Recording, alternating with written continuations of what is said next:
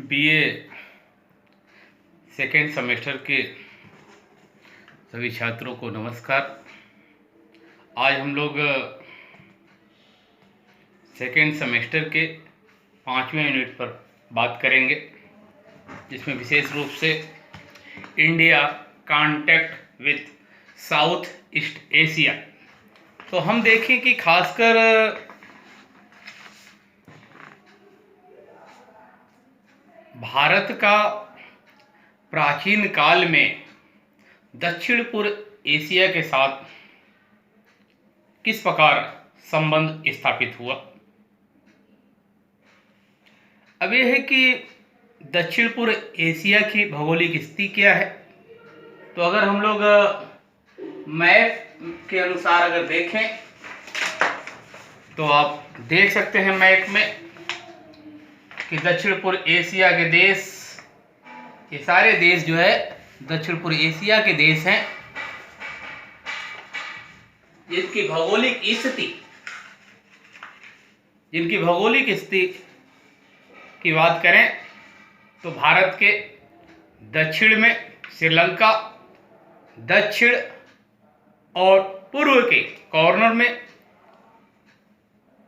अनेक जो देश हैं, कंबोडिया, लाओस, चंपा, बोर्नियो, सुमित्रा, अनेक जो द्वीप हैं वो स्थित हैं।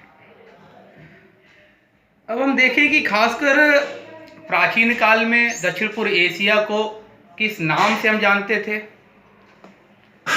तो हम देखें कि उस समय विशेष रूप से स्वर्ण द्वीप या स्वर्ण भूमि के नाम से दक्षिण पूर्व एशिया को हम लोग जानते थे। इसके जानने के स्रोत क्या हैं, तो हम देखें कि दक्षिण पूर्व एशिया के साथ भारत के जो संबंध है उसके जानने के 3 स्रोत हैं: साहित्यिक स्रोत, पुरातात्विक स्रोत और विदेशी यात्रियों के विवरण। और इन स्रोतों के माध्यम से खासकर हम लोग भारत का दक्षिण पूर्व एशिया के साथ संबंध के विषय में जान पाते हैं। तो सबसे पहले अगर हम लोग साहित्यिक स्रोतों की बात करें तो कौटिल्य के अर्थशास्त्र को हम रख सकते हैं, टॉलमी के विवरण है, पेरिप्लस ऑफ एरिथियन सी, नागसेन के मिलिंद पन्हो, विहद कथा, मेगास्थनीज के इंडिका और एरियन तथा सोमदेव का कथा सरित सागर। इन साहित्यिक स्रोतों से खासकर उनके संबंध के विषय में जानकारी प्राप्त होती है। बौद्ध साहित्य में हम देखें तो बौद्ध जातक कथाएं हैं, महावंश और दीपवंश हैं, जिससे हमें दक्षिण पूर्व एशिया के संबंध में जानकारी प्राप्त होती है। पुरातात्विक स्रोत की हम बात करें तो अभिलेख, जिसमें विशेष रूप से समुद्रगुप्त के प्रयाग प्रशस्ति से हमें जानकारी मिलती है दक्षिण पूर्व एशिया के साथ भारत के राज्यों के संबंध के विषय में। और इन स्रोतों के माध्यम से आप देखें तो भारत के साथ उनके जो संबंध है, चाहे व्यापारिक संबंध हो या राजनीतिक संबंध हो, इन सभी पर खासकर प्रकाश पड़ता है। अब हम देखें कि दक्षिण पूर्व एशिया के अंतर्गत कौन कौन से देश आते हैं। तो इसमें हम देखें कंबोडिया है, चंपा है, बर्मा है, श्याम है, मलय प्रायद्वीप है, और इसके अतिरिक्त जो पूर्वी द्वीप समूह के द्वीप है, जिसमें सुमात्रा है, जावा है, बोर्नियो है, बाली है, ये सभी द्वीप भी खासकर दक्षिण पूर्व एशिया के अंतर्गत आते हैं। प्राचीन काल में हम देखें तो इसे स्वर्णद्वीप के नाम से जाना जाता है, और स्वर्ण के कारण बहुत सारे व्यापारी इन क्षेत्रों के प्रति आकर्षित होते थे। इन क्षेत्रों की जो संसाधन है, जिसमें हम देखें कि मसाले हैं, सोने हैं, बहुमूल्य धातु हैं, और यह व्यापार का एक महत्वपूर्ण वस्तु हुआ करती थी। और इसके अलावा हम देखें तो इन क्षेत्रों में जाने के दो मार्ग थे, एक स्थल मार्ग और दूसरा जल मार्ग। तो स्थल मार्ग के रूप में हम देखें तो उस पीरियड में बंगाल के ताम्लिप्ती बंदरगाह आराम से आपको श्रीलंका होते हुए दक्षिण पूर्व एशिया के देशों तक जाता था, या कह सकते हैं अंडमान निकोबार होते हुए वह दक्षिण पूर्व एशिया के देशों में व्यापारियों को पहुंचाया जाता था। अब हम देखते हैं कि भारत का दक्षिण पूर्व एशिया के साथ संबंध किन किन कारणों से बना या कितने चरण हैं। तो हम लोग देखें कि 3 चरण हम लोग इसको रख सकते हैं।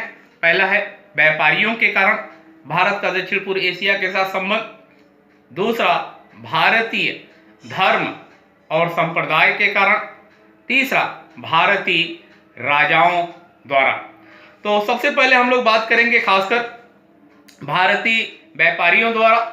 तो हम देखें कि भारत के जो व्यापारी हैं इन क्षेत्रों में व्यापार के लिए जा रहे हैं, जिसके कारण से भारत का उनके साथ संबंध स्थापित हो रहा था, जिसकी जानकारी हमें मिलिंद पन्हों से भी मिलती है और अनेक जो साहित्यिक रचनाएं हैं उससे मिल रही है, जातक कथाओं से मिल रही है, बौद्ध साहित्य। इसके अलावा आप देखें तो भारतीय धर्म और संप्रदाय। तो हम देखें कि भारत का दक्षिण पूर्व एशिया के साथ संबंध स्थापित करने में भारत के बौद्ध धर्म का महत्वपूर्ण योगदान है, और इस धर्म को भारत से दक्षिण पूर्व एशिया के देशों में पहुंचाने का सबसे महत्वपूर्ण कार्य अगर किसी ने किया तो वह है मौर्य सम्राट अशोक। देखें कि अपने कार्यकाल में बौद्ध संगीति के दौरान कुछ दिशा निर्देश हुए, जिसके आधार पे अशोक ने बौद्ध धर्म का प्रचार भारत के साथ ही दक्षिण पूर्व एशिया के देशों में भी करने का कार्य किया। उन्होंने श्रीलंका में अपने पुत्र और पुत्री महेंद्र, उनके पुत्र हैं, और संघमित्रा अपने पुत्री के माध्यम से खासकर श्रीलंका में उन्होंने बौद्ध धर्म का प्रचार प्रसार किया। उस समय वहाँ